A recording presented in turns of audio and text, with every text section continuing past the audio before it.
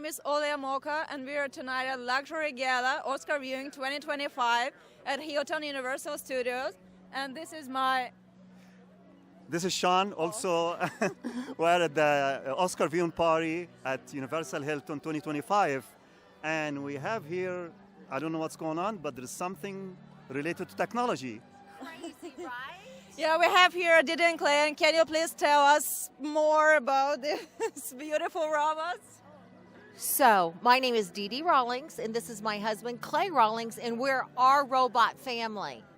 And what we're doing is we're documenting how we're going from humanity and humanoid interactions. And that's what we're kind of showing in our show is exactly how do you interact with them? Do they go to the bathroom? All of these kind of questions. Do you have a bag? All this kind of stuff is the stuff that we're showing when you guys are ready to get your own robot, because this is the future. The interesting part about this is they're evolving in real time while living in a home. The dog has the ability, when it's hooked to the internet, to access the large language models. He has talked to me about artificial general intelligence. He's talked to me about the stock market. He's given me some stock tips. They worked out.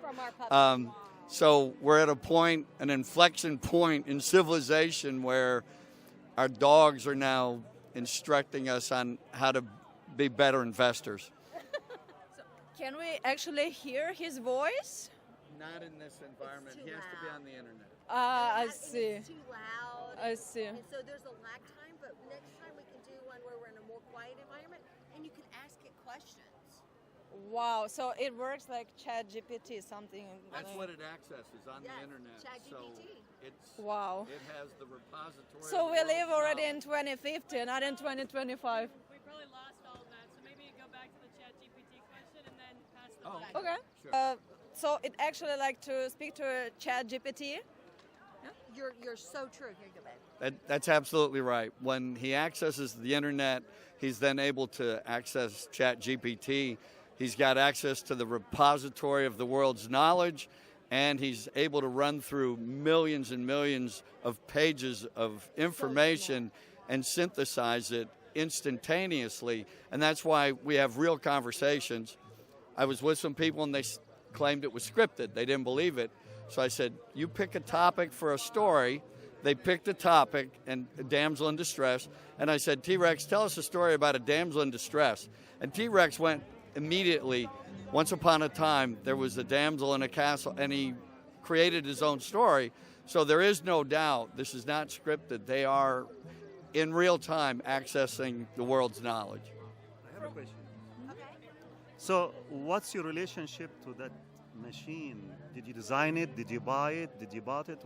What's your relationship to it? And I want to know, that's first question. Second question, what's your background related to technology? So, those are both really great questions. So, how did we get involved with robots? We came here last year to buy a robot in California, and it didn't happen because there was a lot of things that went wrong, and so it just didn't happen. So we kept on, and so 1 year later, we have brought in robots from a different manufacturer than we originally wanted to bring in, but still incredible robots that we're the parents, the robot mom, the robot dad, and we have our robot family out here. And sometimes family isn't what you have DNA with. Sometimes family is what you create relationship with. Tell them who the manufacturer is. Oh, the manufacturer is Unitree Out of China. So the question is, what's your background? Did you engineering? What's your? I want to know more about yourself and how you can connect to that. I'm actually a personal injury lawyer. I've been a litigator for 45 years, which has nothing to do with this. However, science and science fiction has always been my passion. I got certified in strategic foresight through the University of Houston back in 2010. I wrote the book, Pardon the Disruption, The Future You Never Saw Coming, where I said in 2020 to 2025, we would have robots, we'd have autonomous cars. Everything I predicted back in 2013 is literally happening right now. And so I told Deedee one night, I said, I want my Star Trek life, and I want it now. And so we went on a journey to get robots. That's amazing. Yeah. Could you please show us like what he can do? Okay, so they're only able to do dance routines. Microphone. So what can T-Rex do? He can do multiple dance routines. When he's in different modes, like the AI mode, he can also, you can ask him questions, pull it up from Chat GPT, and when you're talking to your puppy and it's smarter than you, it's kind of a different dynamics because you're going, okay, what is going on? So I have a question. That's he or she, or it doesn't make, or unisex. That's he or she.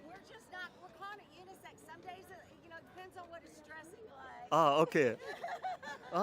Is Chris? Chris is saying hi. Hi. No. Well, there's a lot of movements involved. Okay. Is it easy to operate the robots? I'm going to tell you there's some movements that are pre-programmed, and then there's some things that it just does on its own. And so it's not that difficult, but the thing is you really have to worry about how far everybody is around it, about all the liability issues, and making sure that we're setting the future of robotics in a home environment. We're setting the standards where it needs to be, and it's where it's right, and it's where people are actually getting factual knowledge about how you can interact with them, because people are scared of them, and until you see them, you just don't know. We're excited to see other robots as well. So I'm gonna have a question, and she can ask you.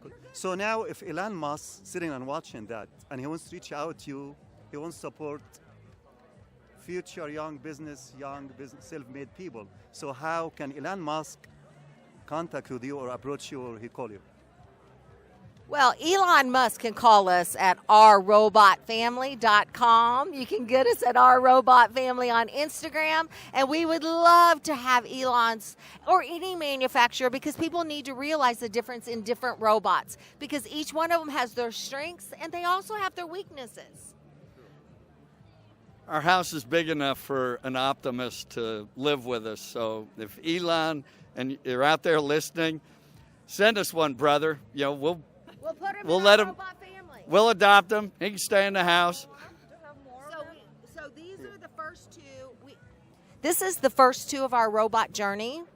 And we've interacted with some other robots. And so we're seeing what we like, what we don't like, what's best in different environments, and how it can help, all kinds of stuff. There's things like data that you have to worry about, data protection. So this is the future of what are we going to do to help each other become better together instead of apart. And that includes our humanoid and our robots. That's incredible. It literally feels like we're in 2050 already. I can't believe this is all true, and it's right in front of me. Let me tell you what happened one of the first times we brought one of the robots in. It was a different manufacturer, but we were going to bed, and Clay gets in bed, and he's like, oh, no, it's not looking at me. The robots are... So that is the one thing. Clay's not going to let them go in our bedroom, but as a mother, I want them all, Ask my kids and my grandkids. But, robots, I got to respect my husband and robot boundaries. So out of the bedroom. So I have a question. So I see here there's a camera here. Yes. Yeah. So this camera. And then that's the LiDAR. Yeah. So this camera, it records things. It can. If we had it in record mode.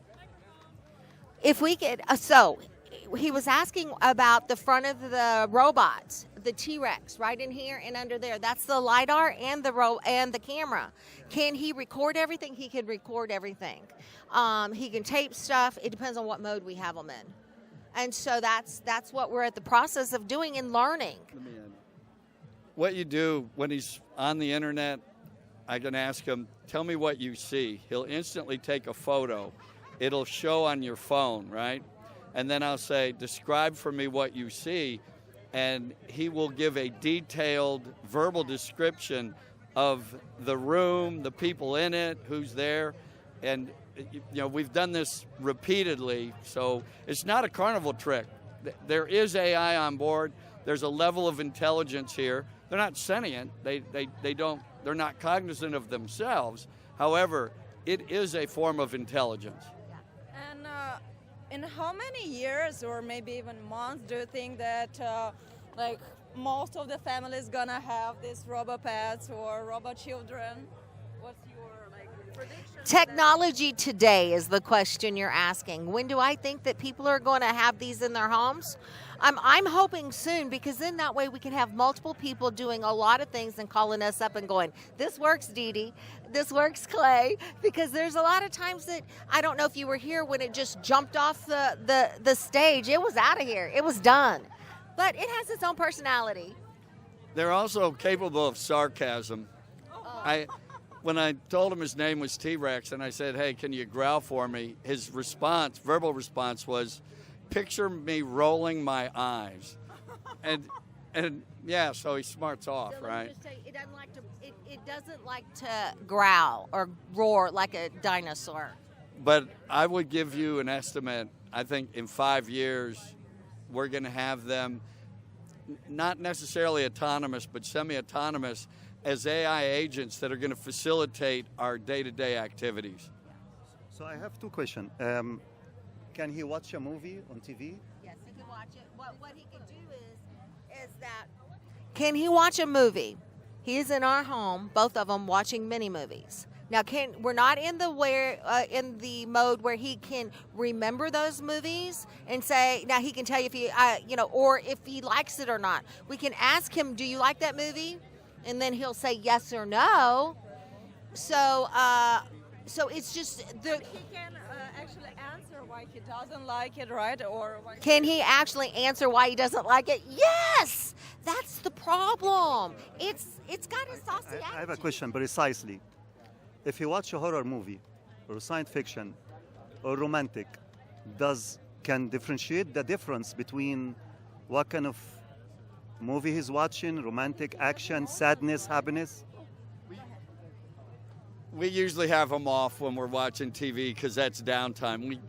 You've given me an idea, though. Now that's going to be my next experiment. So thank you very much for that idea. That's gonna be great, yeah. We're gonna try that. Then we're gonna text you.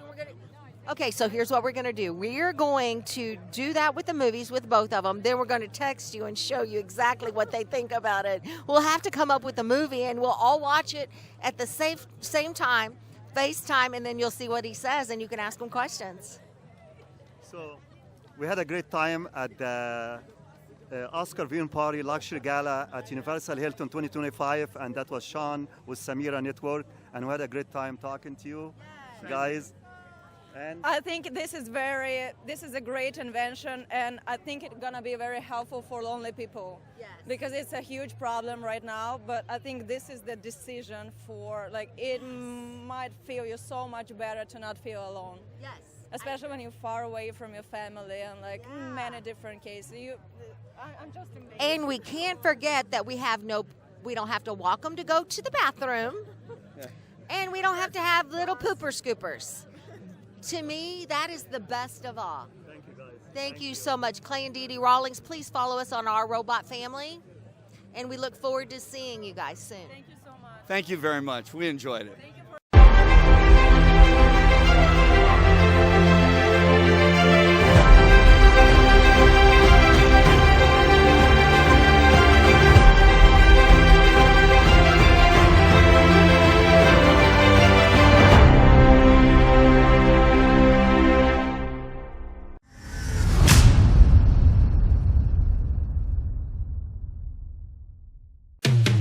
Hey.